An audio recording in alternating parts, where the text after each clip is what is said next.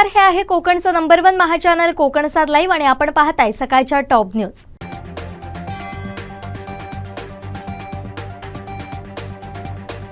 कमानी पूल कमकुवत झाल्यानं अवजड वाहनांना बंद करण्यात आलेल्या आंबोली घाटातील वाहतूक पोलीस खात्याशी संगनमत करून तडजोड करून रात्रीच्या वेळी सोडण्यात येत असल्याबाबतची लेखी तक्रार सामाजिक कार्यकर्ते जयंत बरेगार यांनी जिल्हाधिकारी के मंजुलक्ष्मी यांच्याकडे केली होती।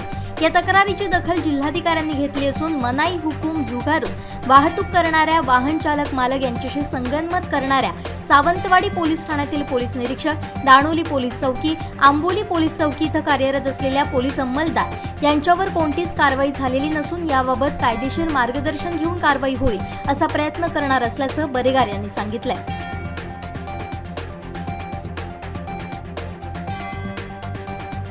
नेमळे इथं मुंबई गोवा महामार्गावर झालेल्या अपघातात विनायक बाबली पांगम यांचा जागीच मृत्यू झालाय। कुडाळहून गोव्याच्या दिशेनं जाणाऱ्या गाडीनं कामावरून चालत घरी परतत असताना पांगम यांना मागून ठोकर देत सुमारे 20 ते 25 फूट फरफटत नेलं। यात त्यांचा जागीच मृत्यू झाला तर ठोकर देणारा वाहन चालक फरार झालाय। माजी उपसरपंच विक्रम पांगम यांचे ते बंधू होत। त्यांच्या पश्चात पत्नी, 2 मुलं आहेत। एक मुलगा 6वीत शिकत असून दुसरा अंगणवाडीत आहे।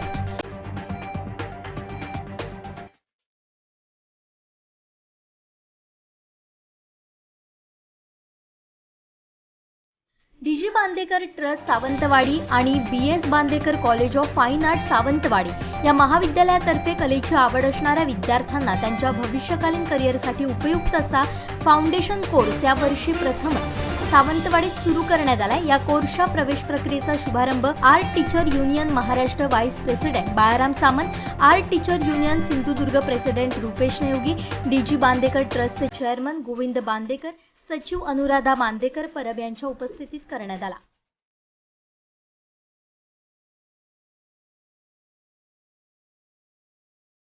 देवगड तालुक्यातील तांबर्डेग येथील मच्छीमार पंढरीनाथ सदाशिव सनये हे नेहमीप्रमाणे समुद्रात मासेमारीसाठी जात होते। यावेळी समुद्राच्या लाटांनी त्यांची नौका मिडबाव गजबा देवी मंदिर नजीक समुद्रात बुडाली। यामध्ये नौकेचं इंजिन खडकावर आदळल्यानं इंजिनचं देखील मोठं नुकसान झालंय।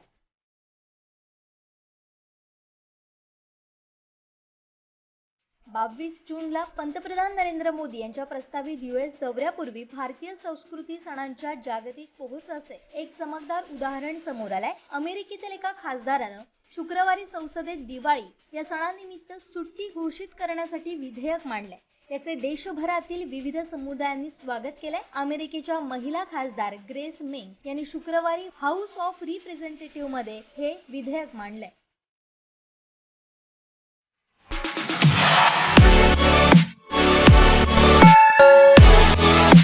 आणखीन काही महत्त्वाच्या बातम्यांसह भेटूया यानंतरच्या बातमीपत्रात।